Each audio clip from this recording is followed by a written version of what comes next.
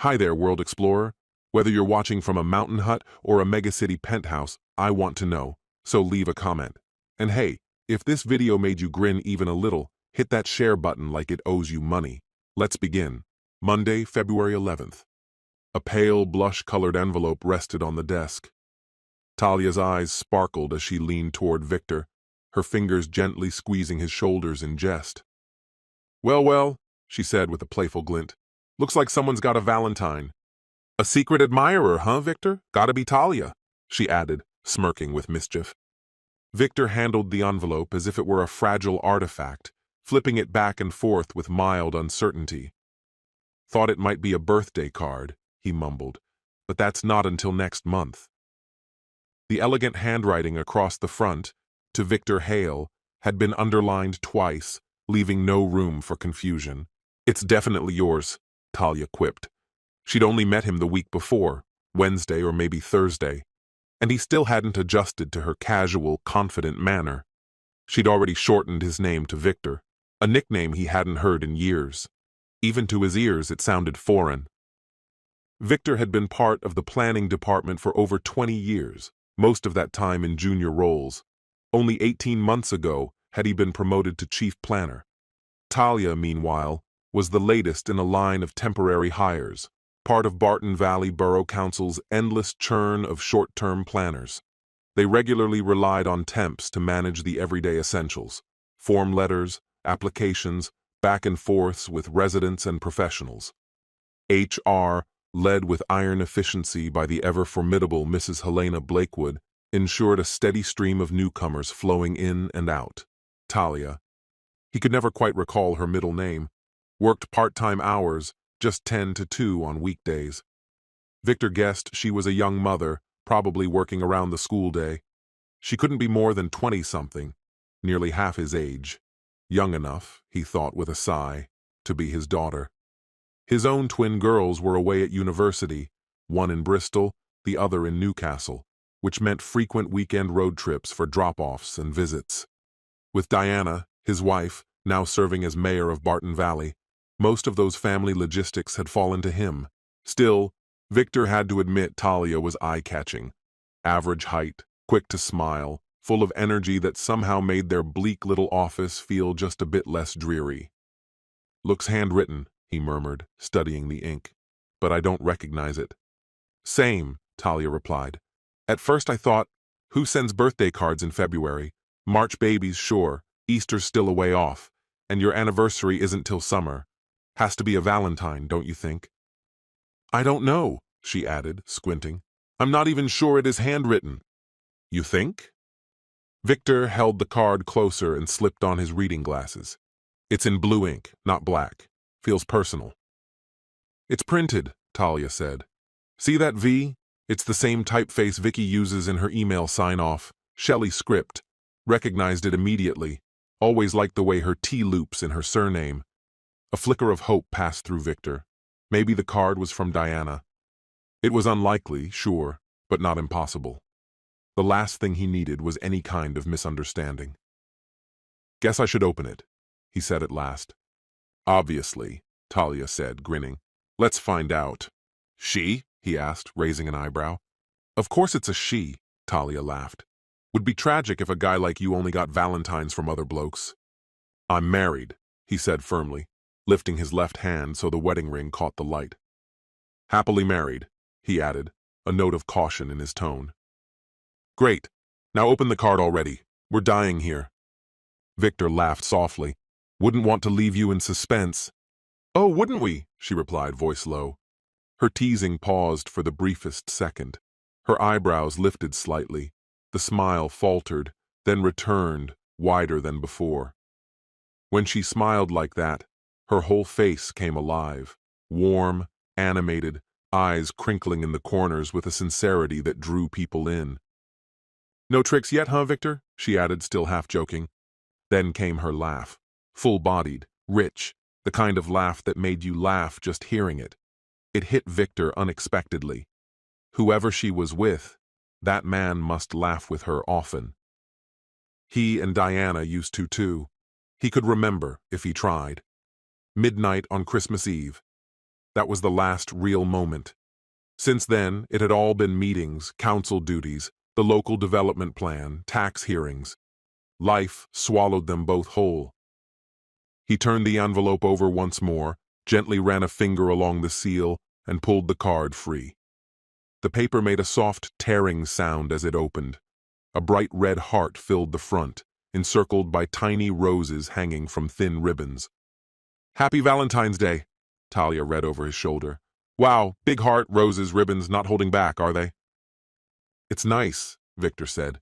"Bit flowery." "Oh, don't start," she said with mock exasperation. "Men never understand these things. It's charming. Shows someone thinks you've got a heart worth having. Maybe someone wants to claim it all." She was suddenly far too close, uncomfortably so for a married man. The air between them felt charged. The way she'd said it, there was a note in her voice, light but flirtatious. Just for a second, it seemed almost dangerous. But when he turned to look at her, all he saw was a gentle smile, her gaze calm and open, her expression as harmless and soft as spring rain. He found himself thinking she had that rare kind of face, a flick of a switch, and she could morph from a dangerous seductress to the sweet neighbor next door. Their eyes locked for a moment before she broke the silence. "Hey, Victor, new haircut?" "Yeah," he said, "got it Saturday." "I thought so. That fuzzy bit at the back of your neck, kind of irresistible," she teased. "Come on, open the card. I want to see what it says." He looked down, opened the card, and found 4 red hearts, each one carefully snipped out and stapled in a neat row. At the top, a bold I. Beneath the hearts, a single U. Each heart bore a large letter, L-O-V-E. "There's no name," she observed. "But I guess you can't really run a handmade card like that through a printer, especially not with the hearts. Flip it over." He turned it to the back. 3 large X's were drawn in thick ink, the pressure so strong it left indents in the card's surface when the light hit it right. "3 X's doesn't exactly narrow it down," he said under his breath. "My money's on your wife," Talia said with a playful smirk. "Has to be. So what did you get her for Valentine's?" "I haven't," he confessed with some discomfort. "We don't really do Valentines anymore." "It's been years," he reminded himself quietly. "You might want to reconsider," she said with a light laugh. "It's Monday now. Valentine's is Wednesday. Still time to save yourself from domestic disaster." "Right," he said with a sigh. "Message received." "Off to work with you, sir," Talia chuckled, giving his shoulder a playful pat as she walked away. "Oh, and just for the record, HR definitely didn't mention your department's secret employee appreciation system during my interview." She sat 2 desks over from his. They exchanged a bashful glance before diving back into their tasks. Across the open plan office, Vicky Talbot and Jenna Kingsley looked on with interest. "Well, well," Jenna murmured. "Victor and the new temp. Didn't see that coming." "She's sharp, that Talia," Vicky replied. "Only her 2nd day, and she's already figured out Diana is off fooling around with Harold Carver. Diana thinks she's being discreet, but Talia, she picks up on everything. Looks like she's already making her move." "Can't blame her," Jenna said, sneaking a glance at Victor. "He's aging well. Still rows every Sunday at the club, right?" "Mm-hmm. Know anything about Talia? Married?" "Nope. Single mom," Jenna whispered. "Told me Friday. Wears a fake wedding ring to keep the office creeps off her. She's been temping for years. Knows how to handle herself." "Victor's not one of those creeps," Vicky said softly. "He's the opposite. Too kind." "Exactly why he should leave Diana," Jenna said under her breath. "She's been cheating for months." "Talia's a catch though, right? Sweet, gorgeous once you really look at her," Vicky added. "Still lives with her mom, built a home gym in the basement, gets up before dawn every day to work out, then gets her son ready and drops him at school." "She's still too young for Victor," Jenna noted. "She's around 30, her son's 9, same class as my youngest," Vicky corrected. "Still," Jenna said with a sigh, "poor guy doesn't even realize he's being pulled in opposite directions." "Not my type," Vicky shrugged. "Too quiet. But a genuinely good man. and nobody's got the guts to tell him Diana has been stepping out on him. One day he'll find out, Jenna said, her voice low. But after over 2 decades with Diana and raising twin girls together, that kind of heartbreak could crush him. That evening, behind the wheel on his way home, Victor glanced at the sticky note stuck to his steering wheel. Buy Valentine's card for Diana. He couldn't recall the last time they'd exchanged anything for Valentine's Day. It had been ages. He stopped by the small convenience store near their place. The card selection was terrible, tacky prints, lifeless colors. He picked the least awful option, planning to look for something better downtown the next day. When he got home, Diana wasn't there. She had an emergency city council meeting. As mayor, these things came up, though Victor knew this one had been on her schedule since Friday. The note she'd left on the fridge confirmed she'd be home late. He heated some leftovers, sat at the kitchen table, and ate in silence. The food was tasteless, but his thoughts were far from the meal anyway. His mind drifted to Talia Jennings. He'd finally remembered her last name. She'd only joined the team the week before, putting in part-time hours to help the overloaded planning division tackle the mountain of backlog, permit reviews, zoning policies, development proposals for the next 10 years. With the permanent staff already pushed to their limits, temps like her were essential. Talia had taken on the grunt work, updating forms, sending out template replies, managing public consultation emails. She was fast, efficient, and, he had to admit, easy on the eyes. Diana got home just before 11, kicking off her 3-inch heels the moment she stepped into the kitchen. Victor was there to greet her, speaking softly. "Oh, thank God," she groaned. "I've been dying to get these shoes off. 14 hours in them, and they've been murder since hour 2. Mind giving me a hand with these, darling?" Victor called after her as she briskly made her way down the hall. "That's sweet of you," she tossed over her shoulder, already heading up the stairs. "But I really need a shower first. I stink, and my feet are probably lethal after today. I'm absolutely drained." Without waiting for a response, she disappeared into the upstairs bathroom. Victor made his way up a few steps and asked, "Want me to bring you something? Maybe a snack or a drink?" "No, I'm good," she answered, pausing halfway up. "We had sandwiches during the emergency budget session. And afterward, a few of us swung by the Jolly Postman for a quick gin and tonic before heading home." Tuesday, February 13th. That morning, just before 9 o'clock, Victor noticed 2 things on his desk. One was a Valentine's Day card. The other was an invitation to a formal dinner set for Saturday at an elegant old hotel on the town's edge. The venue was a heritage stone building, stately and grand. The event called for black tie, so Victor wasted no time. He rented a tux online as soon as he logged into his computer. It was far from the first time he'd done this in the last 9 months. Not since Diana had become mayor. Talia breezed into the office with her usual energy, arriving 10 minutes ahead of the scheduled start time.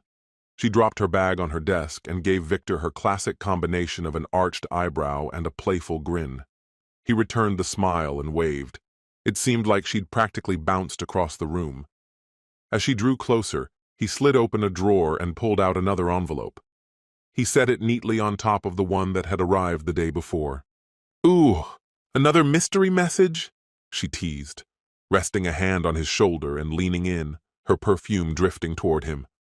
"What's your take, Victor? A fresh admirer trying her luck, or the same hopeful getting bolder?" "My money's on the same sender," he said. "The handwriting matches, the same elegant cursive, and those 3 X's at the bottom." "Exactly," she agreed. "What are the chances 2 different women would use the same style and signature?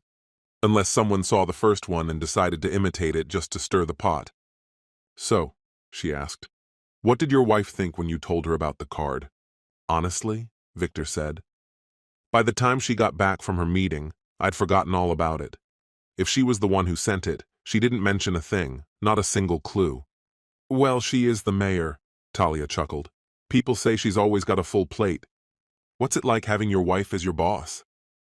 "It's never bothered me," he shrugged. "I've supported her every step of the way. She spent 15 years on the parish council, and for the last 11 she's been a major force on the borough board. She's earned everything she's achieved. She's an incredible public servant. Still has time to slip anonymous cards onto your desk, apparently, Talia teased. You should ask her straight out. If she did send them, she might wonder why you haven't said anything. And if she didn't, well, maybe knowing there's someone out there admiring you would spark a little fire at home. Or maybe it really is a secret admirer. You like that idea, Talia? Victor asked, watching her carefully. She blinked, taken aback. No, that's not what I meant. I don't believe in cheating. I just think Valentine's cards are harmless. When we were kids, we'd get loads of them, plus some candy, and it was all just silly fun. Nothing serious, but it still gave you a bit of a lift. I kept all of mine, she added, a little wistfully.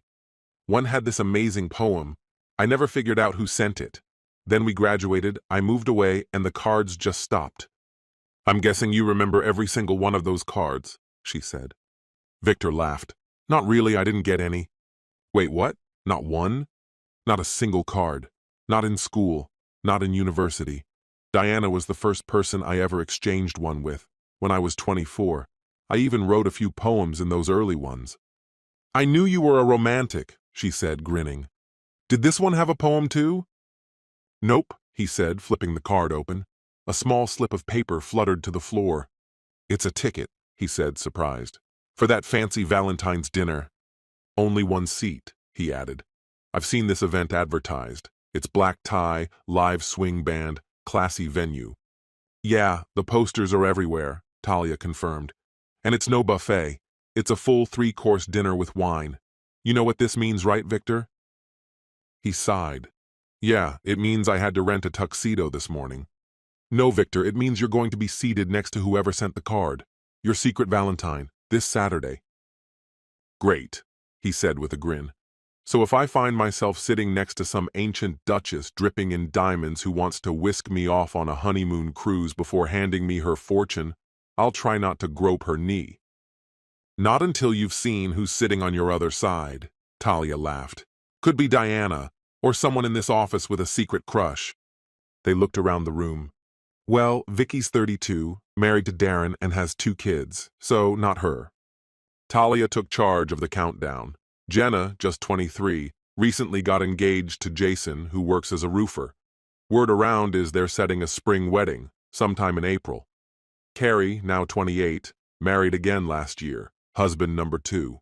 He's got a 12-year-old boy who joins their household on weekends, fitting into the rhythm of life alongside her preschool-aged daughter.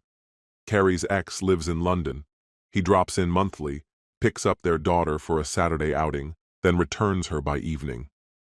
And then there's Leonard, early 30s, broad-shouldered, married already with 3 small kids at home. Among the rest of the temp crew, there's Linda. She claims 50, though anyone would guess mid-30s at most. She's happily married with 2 grown daughters. Lastly, there's Larissa, 19, Syrian, a refugee who met her fiancé, Al-Daab, while they were both in an Italian camp. They're now engaged, and she's here studying medicine. It's wild to imagine. You picked up all that in under a week? I like people, Victor. I get my tasks done, but I'm naturally curious. I ask questions, and people tend to talk. It's really that simple. I assumed you were just being nosy. Victor grinned, hoping his playful jab wouldn't offend. She laughed easily. See? I told HR there was no way you were as uptight as they made you sound. Really? Nope. Messing with you. They didn't say a thing, just told me Vicky would be showing me around because you'd be buried in work. In most temp gigs downtown, you never even see the department head, just your immediate boss, she said with a sly smile. That's usually true. The department head's tucked away in some corner office like the old conference room, Victor pointed out. That was the director's office. When I took over, I didn't want to isolate myself. Now we just use that room for meetings, reviews, and private convos. So, you're more of a stay-connected leader. She gave his shoulder a quick, friendly pat before stepping behind the desk. Something like that. Oh, remind me not to forget a card for Diana. For Valentine's? That's tomorrow. I'll grab one during my lunch break, he assured her. Later that day, He sent Diana a text, thanking her for the 2 Valentine's cards and the invitation she'd sent along. When he got home, he brought it up again, sticking the invite to the fridge with a magnet. Diana glanced at it while stirring something on the stove. "Why does this say 1 ticket? Who sends a Valentine's dinner invitation for 1 person?" "I was hoping you could explain it," he said. "I texted you earlier, told you I got a card yesterday and another one with this invite today. You never responded. I figured it was just one of your playful little jokes." "I swear I didn't send anything yesterday, and definitely nothing today. I'm serious, and you better not even think about going to that dinner on Saturday. I told you, I'll be in London for that training, remember? Friday night and Saturday." She turned back to the pan, stirring with a little too much energy, as though trying to strip the non-stick off the bottom. "So, who's your mystery card, floozy?" she muttered through clenched teeth. "I have no idea. I was chatting with one of the temps. Temps plural? One of them saw the cards and got curious. Curious, of course. Well, she's a woman. You said girl. Compared to the rest of the staff, she is a girl, just a few years older than our own daughters." Dinner was nearly silent after that. Later that night, Victor poked around online, checking if he could buy a second ticket, just in case Diana's trip fell through. But the website said it had sold out as of last week. A cloud hung over them the rest of the evening, a chill caused by a few mysterious Valentine's cards that had somehow driven a wedge between a couple married over 2 decades. Wednesday, February 14th. Victor left earlier than usual, but not before setting up the coffee maker and leaving a Valentine's card next to it for Diana. He poured himself some tea, filled his thermos, and left the house. When he arrived at the planning office, it was still empty. But on his desk sat an extravagant bouquet and another pale envelope, undeniably a Valentine's card. His fingers trembled slightly as he opened it. The handwriting matched the earlier ones. Inside was another romantic verse and 3 little X's at the bottom, same as before. Whoever was leaving these had probably dropped by the office late the night before. It couldn't have been Diana. She'd been home the entire evening. That left him wondering whether it was some kind of elaborate joke. Maybe it wasn't just one person, but a few, orchestrating it together. Still, why go to the trouble of 3 different cards? He gave a soft, bemused laugh. A group of women at the office plotting something playful was weird, but probably less disturbing than the idea of a single secret admirer obsessing over him. "I mean," he murmured into the quiet room, "I'm just a normal 40-year-old guy. In my prime, I rarely drew much attention.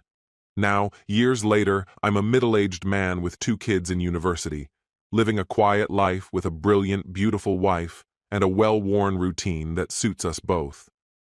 But something about the flowers blooming that morning stirred a feeling in him, enough to make him detour during lunch and stop by the florist.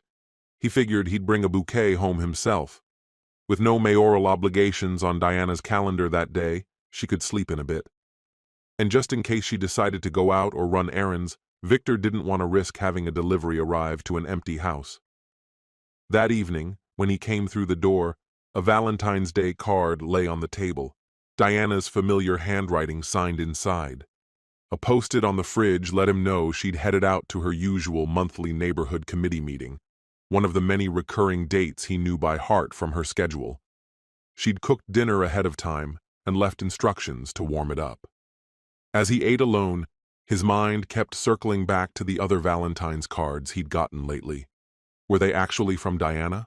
Today's card looked suspiciously like one of the cheap options he'd skimmed past earlier in the week.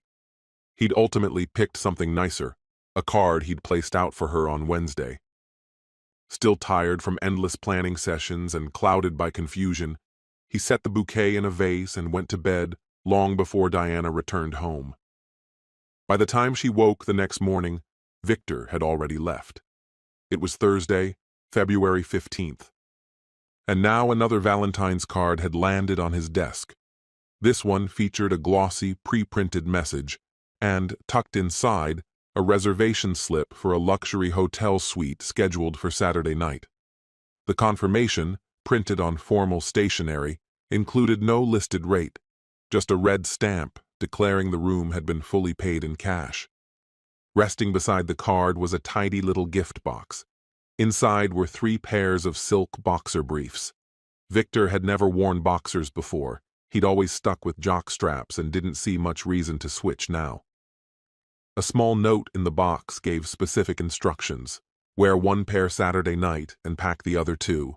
1 for the morning after and 1 just in case. "What on earth is this?" he muttered into the quiet of his office, growing increasingly disturbed. Talia had taken an interest in the unfolding mystery all week, eager to see each new card and gift he received. Today was no different. She spotted the hotel slip and gave him a knowing smirk. "It's gotta be the landlady," she teased, "making sure you're not flying solo this weekend." Victor didn't say a word about Diana being away, attending a weekend course for officials and council members. Even he'd been briefed on the new data retention laws coming into force soon. As mayor, Diana had every reason to dive deep into the legislation, and she'd told him weeks ago that she'd be gone for training. That settled things in Victor's mind. These mysterious gestures weren't from Diana. His wife was clearly uninvolved. The rest of the day passed in the usual rhythm. Victor was a firm believer in maintaining a no-overtime workplace. To keep operations smooth, he ensured responsibilities were spread out properly, planning deadlines met, legal requirements ticked off, and the day-to-day kept on track. The local plan workload was what had prompted the council to hire temporary help like Talia, a safeguard against missing anything critical. When Victor returned home that evening, another note greeted him on the fridge. Diana had gone out again, this time to meet with a group of property developers about a potential new housing complex. Once more, she'd made dinner and left it behind. And once more, Victor would be eating alone. Enough of this, he growled to the empty kitchen before heading out to the local pub. There, he tucked into a proper meal, had a few beers, and chased them with more than 1 brandy. By the time he got back home, Diana was fast asleep. He brewed a pot of coffee, drank 2 cups, and downed a glass of water, hoping to preempt the hangover creeping in. It didn't help. He woke the next day with a pounding head. Diana was already dressed and ready by the time Victor emerged from the shower. Skipping work wasn't an option. That morning, the chief executive had scheduled a high-level 9 a.m. meeting where Victor was expected to present the finalized draft of the borough's local development plan, set for submission in 3 weeks. Afterward, he was due to meet with Councillor Cynthia Springett, chair of the planning committee, to go over cases that required political input. While the standard applications were handled automatically based on policy, the trickier ones demanded his time to organize and prepare for the upcoming meeting. Diana had a packed agenda as well.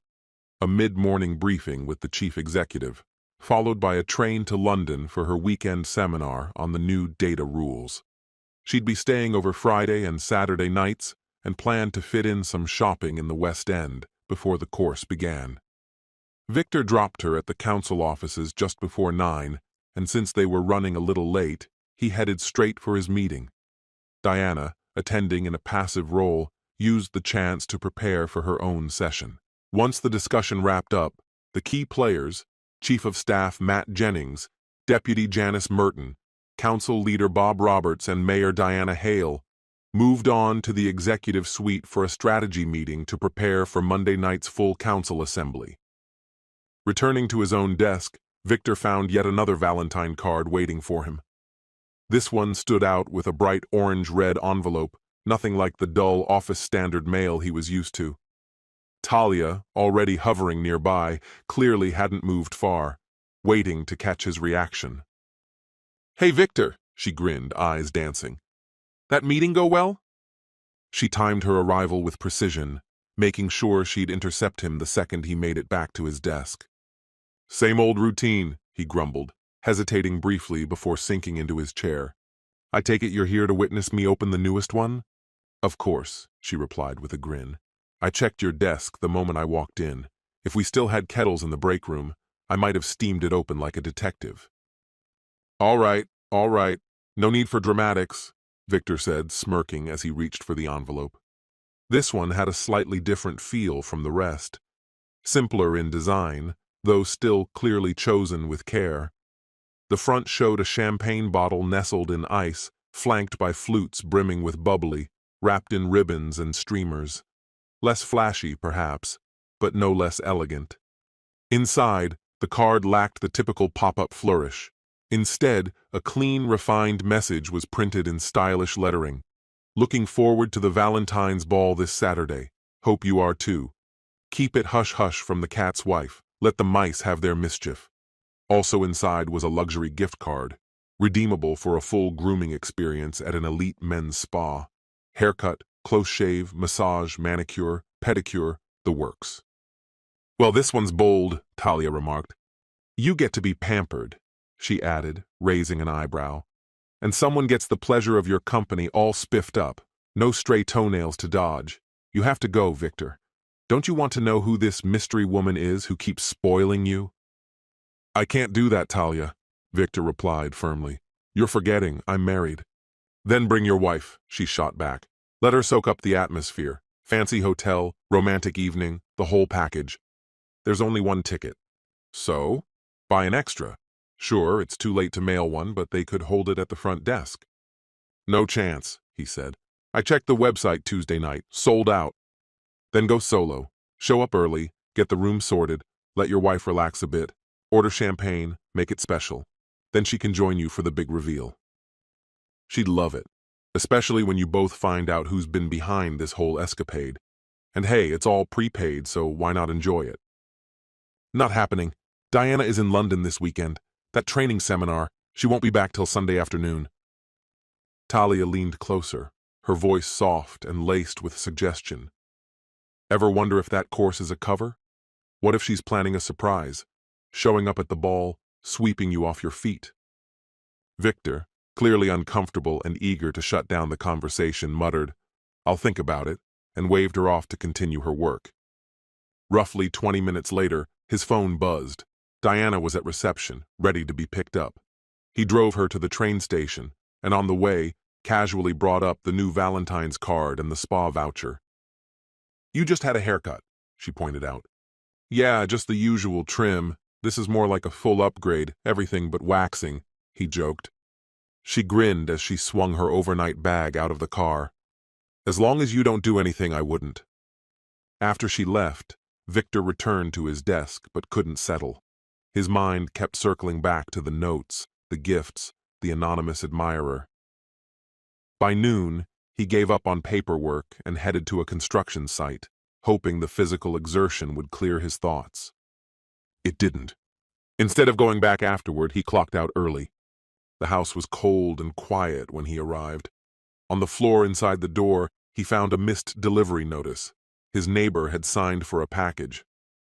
He went next door and retrieved a long, padded garment bag from Mrs. Matthews. Inside was the tuxedo he'd rented for the event. He removed the protective wrapping, hung it up in the bedroom, and let it air.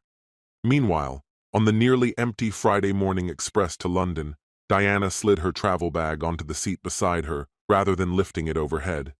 Once she was settled and reviewing her printed notes, the train began to gather speed. It was a limited-stop service, mostly non-stop into the city. She let out a breath and reached for her e-reader to start a new novel from her favorite author. But something gave her pause. Victor hadn't kissed her goodbye. In fact, he hadn't leaned in at all when she got out, and neither had she.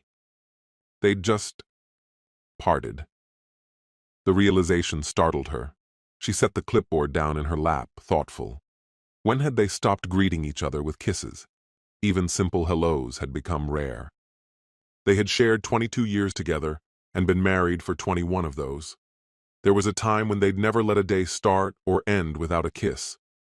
Somehow that custom had slipped away, and neither had noticed.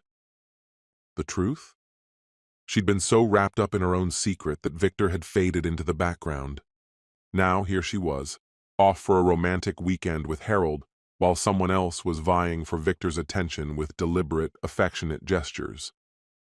The training seminar on European data regulations? Just a 2-hour session on Saturday morning. The real plan was to spend the weekend with Harold, her lover, who'd convinced her to come up a day early under the pretense of shopping in the West End. The train was for appearances. She couldn't be seen arriving in London in his car. Since she couldn't bring much, she had arranged for half a dozen major stores to deliver everything she needed on Monday. That left Friday and Saturday entirely free for her and Harold. She tried to recall the last time she and Victor had spent a weekend shopping, dining, simply walking side by side. It took her a while to pinpoint it. Christmas Eve, she finally remembered. And it had been Victor's idea. He had been the one to initiate things the last few times, even after she'd declined. But this evening felt different. Saying no didn't seem like an option. The girls were off at a friend's birthday, and for once, Diana and Victor had the house to themselves. No more pretending she was caught up in a work call while secretly off enjoying her time with Harold Carver. It wasn't that she didn't care for Victor anymore. After 22 years of marriage, he was still the same warm, gentle soul she'd always known. Victor hadn't changed. Still attentive, still thoughtful, always making sure she felt supported and appreciated. Yet despite all that, she found herself heading back to a hotel again. As she rode along, a wave of guilt crept in, and Diana began to wonder if everything she was doing was a colossal misstep. Maybe once Victor finished overseeing the final stages of that new development, a project that was nearly wrapped, she could try to repair things between them. She hoped the love was still there. She wanted to believe it was. Eventually, her affair with Harold would end. She knew that. He'd lose interest, drift off to pursue someone younger, and she'd quietly return to Victor. Diana didn't have any romantic illusions about Harold. He was a cutthroat property developer, notorious for his hardline tactics and constant feuds with the city's zoning board. He likely contributed to half the eviction cases in the area. He had influence, sure, but kindness wasn't part of the package. Up until now, she'd managed to convince herself that her rendezvous with Harold were harmless, just a bit of excitement that didn't interfere with her duties as Victor's wife.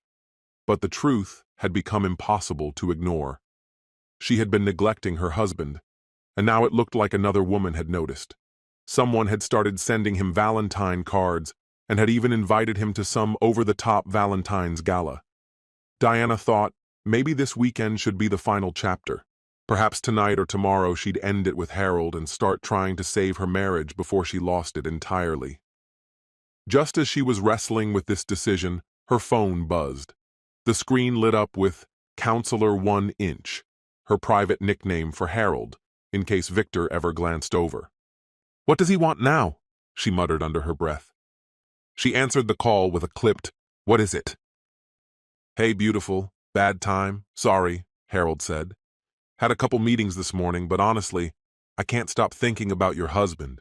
Those damn Valentines he's been getting are getting under my skin."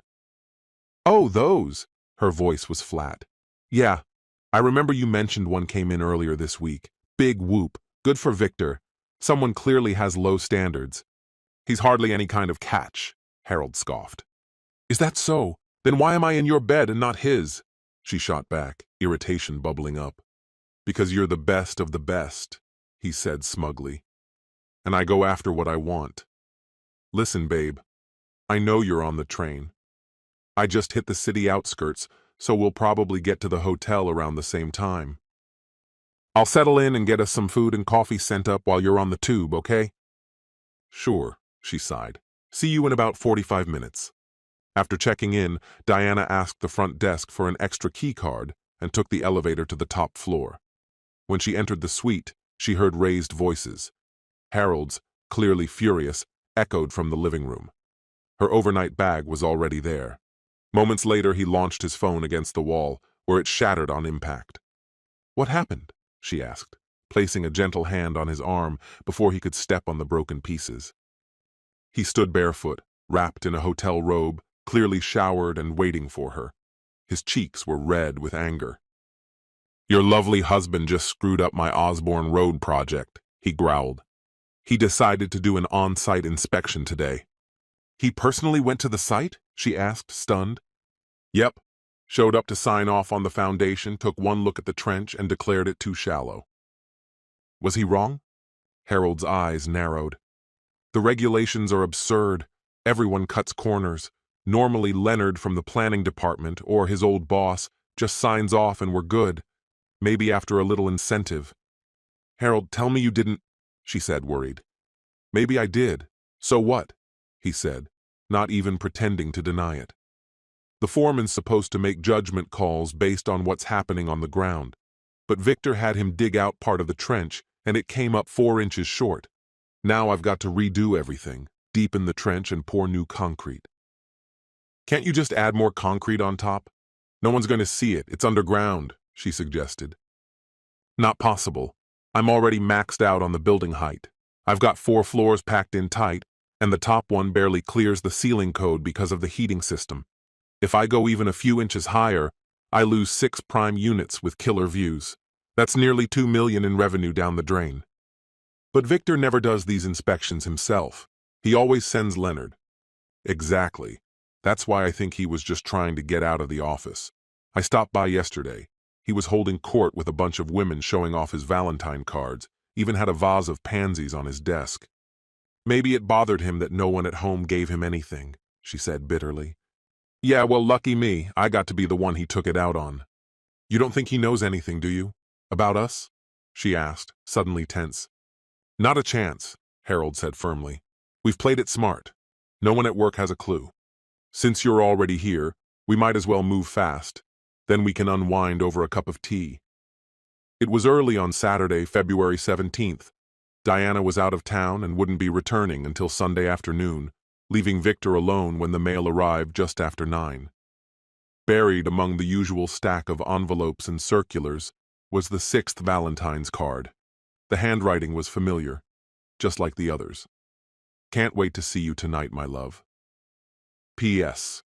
I've reserved the honeymoon suite for our big night. For a fleeting moment, Victor considered whether this was Diana's doing, a clever twist to keep things exciting in their relationship. Perhaps this mystery was her elaborate surprise. With that half-hopeful thought, he made himself tea and toast spread with marmalade, then settled down in front of his laptop to scroll through messages and app notifications. All was quiet, exactly as it should be. No shock, no big revelation, just a vague sense of disappointment. Before slipping into his day clothes, he tried on the new evening wear he'd collected the day before, jacket and trousers, an ideal fit. It could have been the same set he'd rented on previous occasions. Diana had once suggested buying him a tailored evening suit, especially now that she was set to serve as mayor for at least 2 years. There would be no shortage of formal appearances, and the city's budget covered attire for the mayor's spouse. Still, Victor had always resisted. Dressing up had never really appealed to him. Saturday, February 17th, afternoon. After a light lunch at the Bear Pub, Victor made his way down the high street to cut above the rest, a modest grooming salon for men. Although he'd gotten a trim at Barry's the previous week for a tenner, he decided to treat himself to a bit of affordable self-care, some minor pampering. A light massage, a careful trim, and a bit of attention to his nails. Even though his haircut was still fresh, they managed to tidy up a few stray hairs. He wasn't exactly thrilled about the upcoming straight razor shave, but by the time it rolled around, he was so relaxed that he could have nodded off. They could have shaved his head bald, and he wouldn't have flinched. 2 hours later, he stepped back onto the street, lightly scented with bay rum and filled with an unexpected sense of vitality. Walking confidently toward the multi-level car park, he returned to his flat and changed into silk boxers, a crisp white dress shirt, a bow tie, and his evening jacket. He packed a small overnight bag, collected the event ticket and hotel confirmation from the fridge door, and headed for the evening's venue. The suite was charming in a dated sort of way, complete with a grand 4-poster bed and a dual shower setup in the ensuite. Sitting down briefly on the bed, he felt exhaustion begin to creep in. The ball wasn't due to begin for hours yet. He carefully hung up his formal wear, slid beneath the duvet, and set an alarm for 3 p.m. The massage must have worked better than he thought, because he fell into deep sleep within minutes. Saturday, February 17th, evening. By the time the alarm finally roused him, Victor felt dazed. The bed's heavy curtains had remained closed, trapping him in silence and shadow. Blinking into the darkness, he found a gap in the drapes and pulled it open. He fumbled to silence the alarm on his phone. To his dismay, he realized he'd overslept by a full hour. He'd somehow missed every snooze and vibration. The lamp on the opposite nightstand was still burning.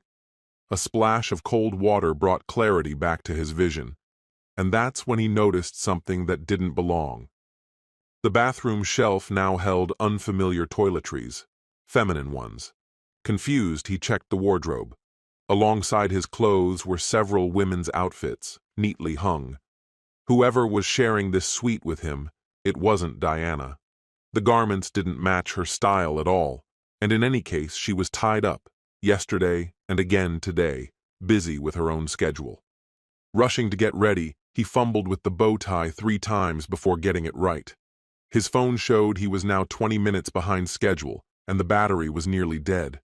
He plugged it in beside the bed, intending to check it again later. Descending to the ballroom, he paused at the entrance to check the seating chart. His place was near the stage, just to the right, where a jazz ensemble was warming up. A few couples had already begun dancing to the mellow rhythm, and then, at last, he spotted the name he'd been hoping to find, the sender of all those mysterious Valentine's cards. As he neared the table, a striking woman stood and smiled at him. It was Talia. She came around to greet him. "You're running late," she said playfully. "The server said appetizers go out after the next 2 numbers. I was about to send someone up to find you." He smiled back. "But I made it." Still holding her gaze, he kissed her gently on the cheek and murmured, "You look absolutely stunning tonight." She gave a soft laugh. "Thank you, Victor, and you've cleaned up nicely yourself." "Did you catch up on sleep?" she asked, returning the kiss with a lingering one of her own. "Like a rock," he replied. "Though with what's running through my head now, I don't think sleep will come quite so easy again." "Let's dance," she whispered, her lips close to his ear. "We need to talk, and there are too many ears in this room." Together they moved onto the dance floor just as the band began playing a soft, romantic number. Facing each other, they started to move in time with the music. "Victor, I need you to really listen," she said softly.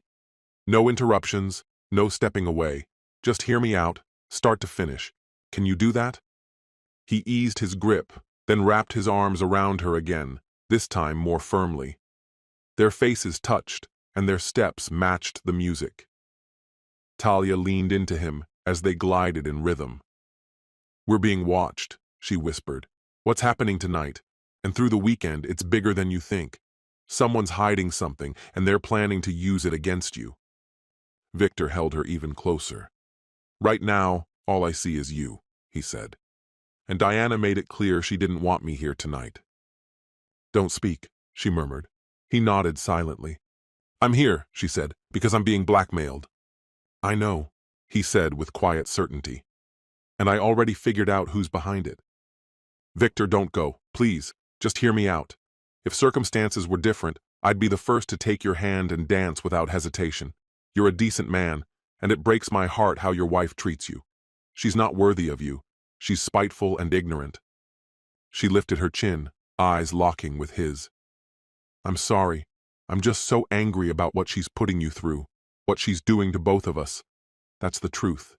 She's thoughtless, maybe even unaware of how truly blind she is."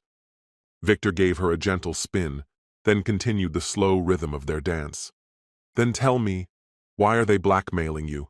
And what exactly are they forcing you to do to me?" Talia faltered before replying. "It goes back years.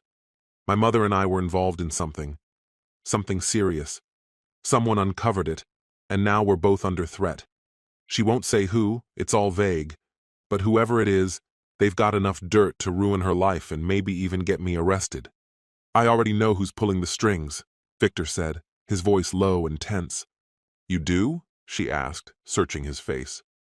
"I thought maybe Diana had something to do with it, trying to trap you, but I didn't think that would be your style." "No, it's not," he said flatly. "I've never cheated. I'm not that kind of man. But I had my suspicions, Now I've got proof. I swear it's not Diana, she said quickly. She wouldn't dare take that kind of risk. She'd be terrified of what you'd do if you found out. But whoever is behind this clearly wants more than just a dance. They do, she whispered. The bedroom's been set up. Audio, video, everything. I already ran an initial scan, Victor replied. But I'm not sure what exactly I'm looking for. There are so many ways to spy on someone in their own room. Hidden microphones and cameras stitched into luggage. Batteries built into seams. They transmit via Bluetooth through the cheater's own phone, sometimes even live streaming it to whoever planted the device. They can activate it with motion or voice. Sure, it's risky if they hide it in a closet and rely only on sound, but just based on how fast my phone battery's been draining, I think I've found something I can hand over to my divorce attorney. You're way more tech-savvy than I am, she said, her voice quiet. That's part of why I hoped you might be able to figure this out. But right now, Victor, I need a way out. I want you to come upstairs with me. I'm going to try to seduce you, and you need to refuse. You have to make it believable. I can do that, he said, a faint smile tugging at his lips. But we'll have to make it convincing. You'll need to act like you did everything you could to lure me in. Exactly. We relax together, share a drink, kiss maybe, something close and intimate. Then things escalate, but I push too far. That's when you say no. You declare your loyalty to your wife.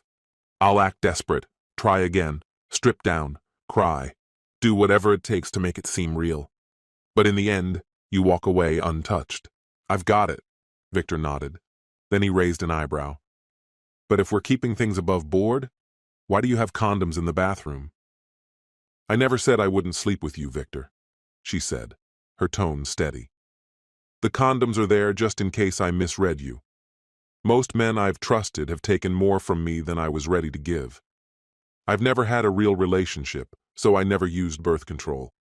But if we're being honest with each other now, and I hope we are, I need to protect myself. And I want to protect you and my mother from the fallout too. What's the real reason you're being blackmailed? He asked softly. She hesitated, then met his gaze. Her eyes glistened as she finally answered. Yes, Victor. I think I can trust you. I've never shared this with anyone before. You can trust me, he assured her. Everything we've said stays between us. Even what you just revealed about your mom. Who is she anyway? She works in human resources, Talia said. Her name's Helena Blakewood. Helena Blakewood? Victor echoed. Talia gave a small nod. She was involved with the cards, wasn't she? She was. That was her. She was widowed once, remarried briefly, then divorced again. After the second marriage ended, she went back to her maiden name. That's why your surnames don't match? Right. My father, my biological father, was Corporal John Jennings. He died while deployed. Mom later married another military man. She thought he was trustworthy. But when I was little, he was horrible to me. She didn't know? She had no idea. I dropped out of school and ran away from home. I lived on the streets. That's where I met a man, a pimp, though I didn't know it then. At first, it seemed fine. I had food, a place to sleep. He acted like he cared. But that didn't last. Eventually, he started taking me and other girls to these corporate events. They happened all the time. And then he treated us like we were nothing more than his merchandise. The music came to a halt. The orchestra turned pages as they prepared the next piece. Some couples left the floor. Others began to drift toward it. The room slowly started to fill again. As the next melody began, Talia leaned in, her voice barely above a whisper. One night I managed to grab his phone and call my mother. I gave her just enough information to figure out where I was. She waited a couple of days, watched from a distance. She tracked his routine. Then one morning, just as he opened the front door, she kicked it in, came charging inside with a baseball bat, fighting for me in a way I wish someone had done much earlier. And when she saw the state I was in, what he'd done to me, I couldn't bring myself to leave that apartment for days. She made it happen. Between the two of us, we eliminated every possible sign that I'd ever been there. No documentation, no personal effects, not a trace left behind. When we left that place, It was as though I'd never existed there at all. Our departure was clean, with no guilt trailing after us. Nearly 10 years have passed, and still no one has come asking questions. Jade and I live quietly now with my mother, keeping a low profile. Still, someone must have recognized me, someone who met us shortly after we relocated. I've never spoken of this until now, Victor. But you're not just anyone, are you? You're not thinking of turning in my mother, are you? We never had that conversation directly, Talia, but I think I understand her. Your mom's the kind who doesn't bend the rules, not even slightly.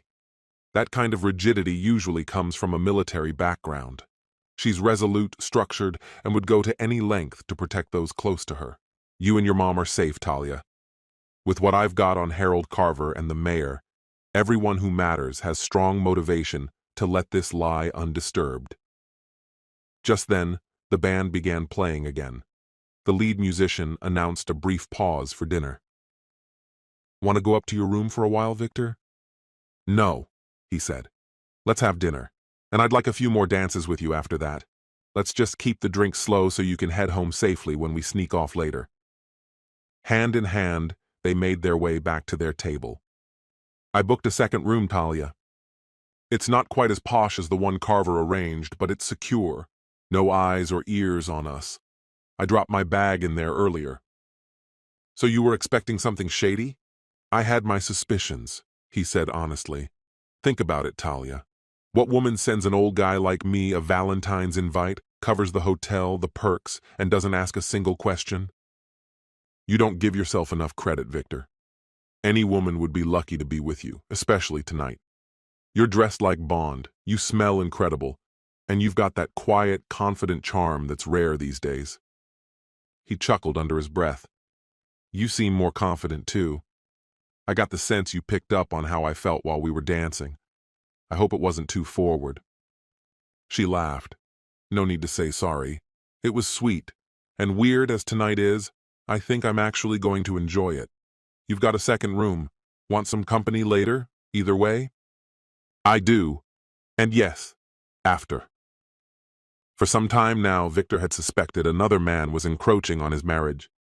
His doubts grew sharper after that lifeless Christmas Eve, when she pulled away just as things were becoming intimate. Then came the laughable excuse, a training weekend in London, during the holidays of all times. It didn't add up, so he started doing his homework, scrutinizing her council calendar and meeting logs, all available to the public. Still, unmasking the man she was seeing wasn't easy. He figured Harold Carver could be involved. The man had plenty of motives and the influence to manipulate situations. But unlike others in the department who could be bought, Victor refused to play dirty. Without any hard evidence, though, it remained just a hunch, until Diana brought up her Valentine's getaway to London. That was the break he needed. He purchased a discreet fisheye lens and paired it with an undetectable app hidden inside her overnight bag. After that, it was all about waiting. Either the footage would give him what he needed, or the audio would be enough to demand a quiet divorce that spared her public humiliation. Diana had no clue about the surveillance planted in the hotel room, nor about the young woman coerced into luring Carver. When she tried to end things with him that Saturday evening, he lost control. Furious over the time, money, and influence he'd spent on her and on Victor, he lashed out. She slapped him. The camera caught every second, including the kicks he delivered afterward. That footage was included in Victor's divorce petition, and Diana later used it to pursue charges. The case led to Carver receiving a 3-year sentence in royal court. But that was just the beginning. Leonard, Victor's old boss, was soon indicted for corruption, and an extensive review of Carver's property dealings revealed massive malpractice. Legal claims began piling up. His firm collapsed under the weight of the penalties. Then his ex-wife went public, adding fuel to the fire. Carver's blatant disregard for safety codes and ethical responsibility earned him another 10-year prison term, concurrent but no less damaging. As for Diana, her downfall came fast. That spring, she lost her city council seat in a landslide. The scandal dragged her party down with her, and their long-standing majority was shattered. She barely held on to her parish council role, winning by a single vote after multiple recounts. 4 years later, even that looked bleak. Her own party had dropped her from their candidate list. With no support from her children or her ex, she had no idea how she could campaign independently in the next May election. Carver's testimony sparked the reopening of an old murder case. But with no evidence placing Talia in London, Jade's DNA not matching the victim, and Helena having a rock-solid alibi, she was visiting a retired army friend in the Outer Hebrides, the case was dropped almost immediately. Carver's reputation as a convicted con artist only made things easier. Epilogue. February 14th, 5 years later. A pink envelope? Talia grinned, leaning over Victor's desk at the planning department. Looks like someone's got a secret admirer. I'm surprised you didn't tear into it already, she teased. You know I always wait for you, Victor said, his face lighting up. No matter how late you are, I want us to open it together. He turned the envelope over in his hands and glanced around the room. Now that you're here, he said gently, let's see what it says. Where's Jamie? Did I somehow forget him in my mother's office? No, that's right. Jade had taken him to the lobby. He'd started to get restless from teething. Eventually, I left him there, happily occupied by a swarm of office ladies cooing over him. That must be why those women slipped away together quietly not long ago. I'd passed them on my way up, exchanged casual hellos, same as always. Meanwhile, Victor was examining a greeting card. The cover featured delicate roses, and inside was a poetic note from an anonymous admirer. What really caught his eye, though, were the familiar 3 X's at the bottom. When he opened the card completely, a small voucher floated to the floor, good for a premium haircut and shave at the ritzy barbershop down the street. A gift from none other than Mrs. Talia Hale. Her message was playful, affectionate. I adore you. That hair's sneaking down your neck again, love. It's definitely time for a proper trim. She'd added a sweet note of gratitude, too. Thank you for the secret Valentine you left this morning, my dashing man. Tucked in with her card was another surprise. A spa day gift certificate for 2, all expenses paid. Jade was practically buzzing with excitement, so much so she even ditched school for the day. Now that she's in her teens, she's beginning to truly appreciate the joy of being a beautiful daughter with a beautiful mother. She hadn't forgotten about him either. From her backpack, she pulled out a pastel envelope and handed it to him with a big grin. Inside was an adorable card decorated with a huge heart and clusters of roses. In her handwriting, she'd written, "Thanks for being Mom's Valentine," followed by rows and rows of affectionate X's. Victor smiled tenderly and leaned in to kiss his wife again. She brought her lips close to his ear and murmured, "Don't be late tonight. Jamie and Jade are spending the evening at Grandma's, because my Valentine has a very special night ahead.